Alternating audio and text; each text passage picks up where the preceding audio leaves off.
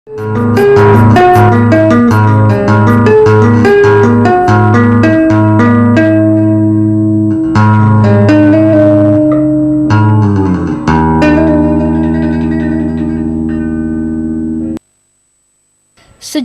Indonesia telah mencatat konflik berlatar belakang agama telah menimbulkan luka yang mendalam.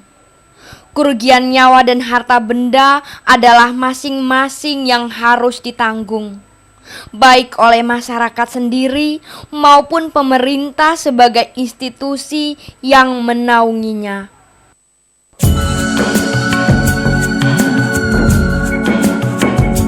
Bekerja dari lingkup kecil dari keluarga kiranya menjadi indikasi akan adanya pembelajaran dalam menghargai perbedaan antar sama agama, sehingga sangat wajar jika diterapkan di lingkungan sosial dan masyarakat menjadi sebuah kebiasaan yang sangat penting.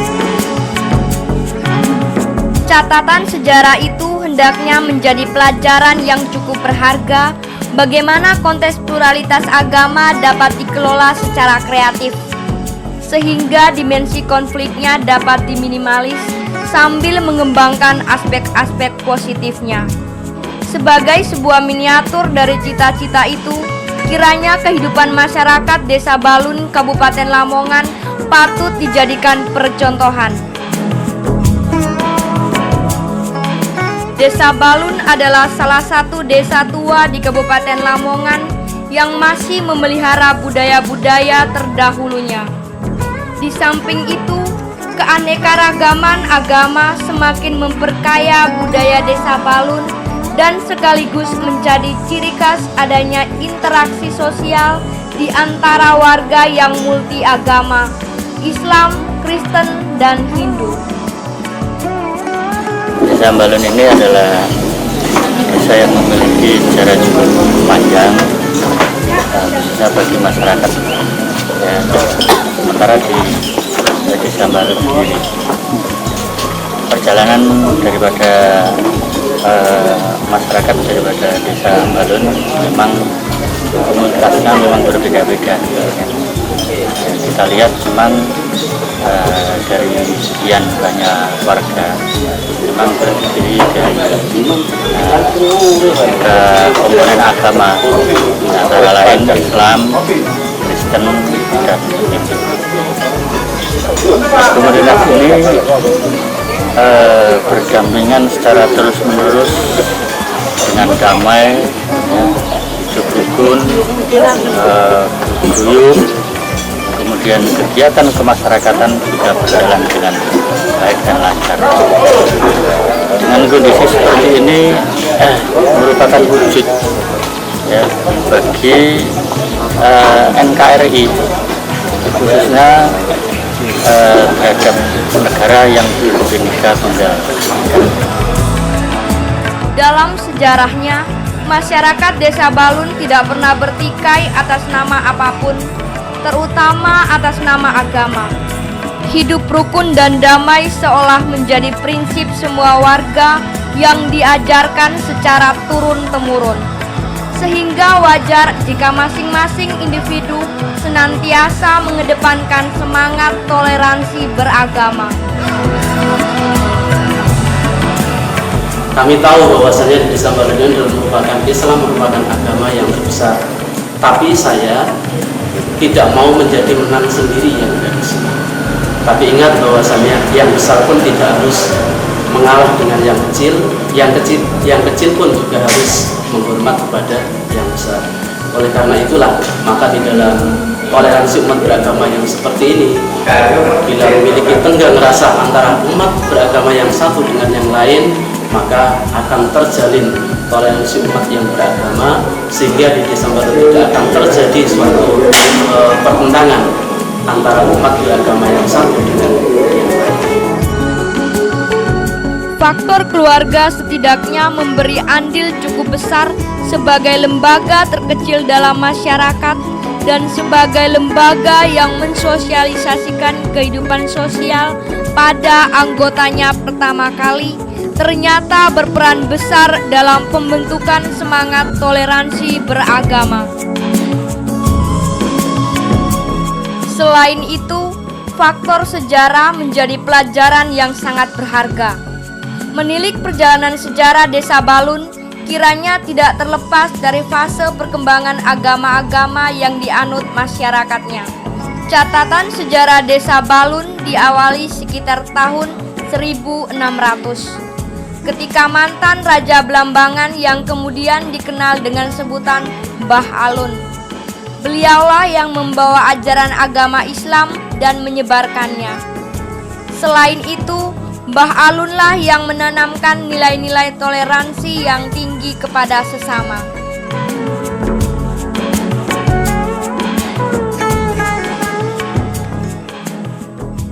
Selanjutnya tahun 1600 sampai 1966, agama Islam adalah satu-satunya agama yang dianut masyarakat Desa Balun. Agama Islam di Balun sangat lekat dengan budaya selamatan orang meninggal, nyekar, selamatan sebelum musim panen, dan lain-lain. Tahun 1967 tercatat agama Kristen masuk melalui Bapak Bati, seorang purnawirawan TNI dari Kabupaten Malang yang ditugaskan sebagai pejabat sementara mengisi kekosongan kepala desa waktu itu. Pada saat bersamaan, agama Hindu masuk melalui Bapak Tahar Dono Sasmito yang hingga saat ini masih aktif ke Pura Desa Balun. Terkait dengan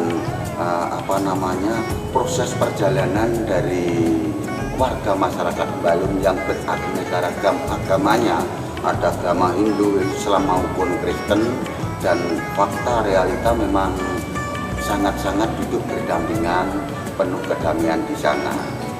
Yang paling menyentuh hati nurani kita saat sekarang di tengah-tengah keadaan yang sulit, sayang, heran dan kagum itu tentang kerukunan umat beragama di Desa Balun itu benar-benar bisa diacungi jempol. Ya, kalau tentang perkawinan mungkin nggak ada keperkawinan campur, Islam ya Islam, Kristen sama Kristen, Hindu sama Hindu. Tapi kalau sudah orang punya hajat, wah, saling bahu-membahu itu rukunnya bukan main. Di antaranya begitu. Sampai sekarang sehingga hampir-hampir Bapak Bupati Lamongan sebelum Bapak Masbu kalau nggak salah pernah memberikan satu pengarahan, namanya Bapak Bupati Haji Farid, sarjana hukum, saat itu memberikan nama bahwa Balun itu seperti hanya Indonesia kecil.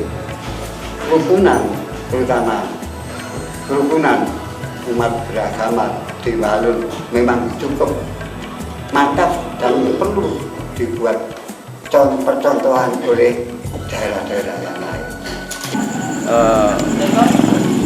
Umat Hindu pada dasarnya juga ada ajaran yang di situ menuntut agar umat Hindu berhubungan sesama manusia atau sesama orang, khususnya antar umat beragama yang khususnya di Balun. Tingkat toleransi kami dengan agama yang lain sangat tinggi sekali. Masalahnya apa? Kami dalam melaksanakan keibadatan, dalam melaksanakan kegiatan-kegiatan di agama masing-masing tidak ada yang mencampuri agama yang satu dengan yang lain. Jadi menjalankan apa yang isi daripada agamanya itu sendiri. Bagi kami, agama Hindu, kami menjalankan sesuai dengan ajaran kami, dan saudara kami agama Islam, Kristen pun juga begitu. Jadi tidak ada saling mempengaruhi, sehingga terciptalah suatu kerukunan umat beragama di Desa Balun ini. 1967 sampai 1998, tiga agama yakni Islam, Kristen, dan Hindu melalui pemeluk-pemeluknya hidup secara berdampingan tanpa ada gejolak sosial sedikit pun. Kemudian tahun 1999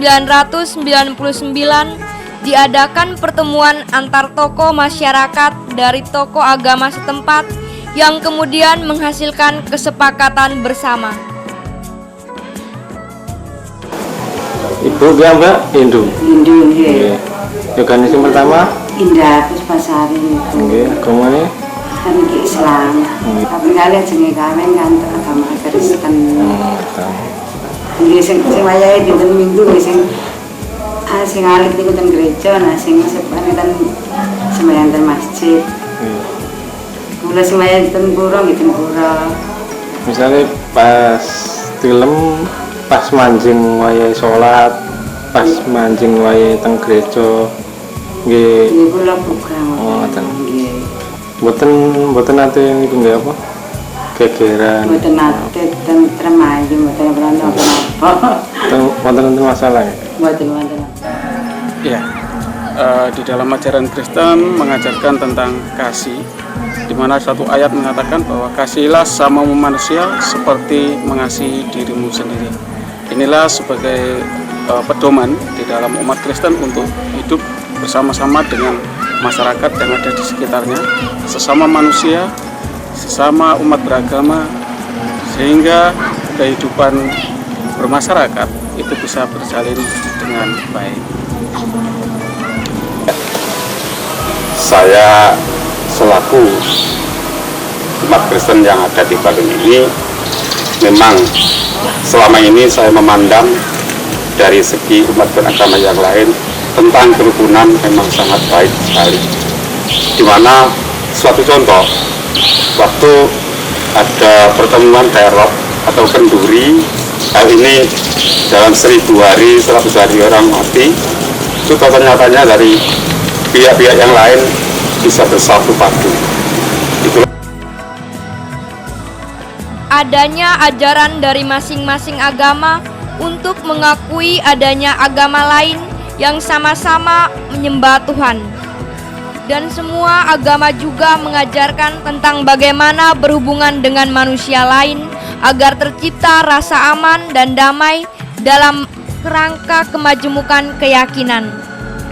Setiap agama punya sisi transendental di mana hubungan yang terjalin antara manusia dengan Tuhan dan agamanya juga punya sisi sosial yang mengatur hubungan manusia dengan manusia lainnya. Maka dalam dunia universal dikenal adanya universal religion, di mana agama yang bersumber dari hati nurani manusia yang paling dalam, wujudnya adalah humanity atau kemanusiaan dan demokrasi serta hak asasi manusia. Tentang ajaran Hindu yang berkonsepsi kerukunan antar manusia, itu ada di dalam Sloka Weda yang berbunyi umam sam paripastu wiswatah, yang artinya manusia seharusnya menolong manusia lain dari kesengsaraan. Jadi dengan demikian kami mengajarkan kepada umat Hindu agar senantiasa saling tolong menolong kepada sesama manusia yang lain tanpa memandang perbedaan agama. Sebagai umat Islam, sesama antar umat beragama kalau dibangun ini memang baik-baik saja, sehingga tidak akan terjadi satu hal yang tidak diinginkan oleh pemerintah maupun masyarakat. Jadi khususnya masyarakat Islam, seandainya ada kegiatan di gereja maupun di pura, itu biasanya saling menghormati. Jadi adapun kegiatan yang lain, apabila kegiatan sifat umum itu tidak ada masalah. Jadi baik itu kerja bakti dalam artian secara kemasyarakatan ini tidak ada masalah. Kemudian yang kedua yang perlu diperhatikan lagi, waktu ada teropan maupun hajatan ini sama-sama. Jadi tokoh Islam, umat Islam ya juga datang ke umat yang lain, begitu sebaliknya umat yang lain kalau ada hajatan umat Islam juga menghadiri dalam hajatan. Saya kira itu yang apabila itulah yang dapat saya sampaikan sekilas kerukunan umat beragama.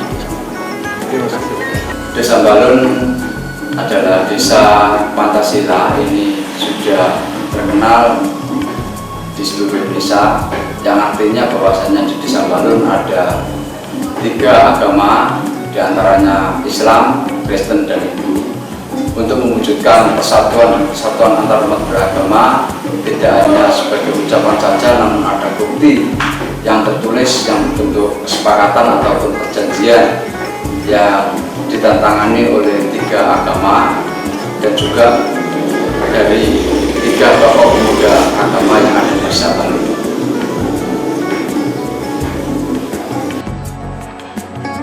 Begitu juga dengan masyarakat Desa Balun, bahwa mereka yang berbeda agama disatukan oleh kekuatan hati nurani dan toleransi yang tinggi.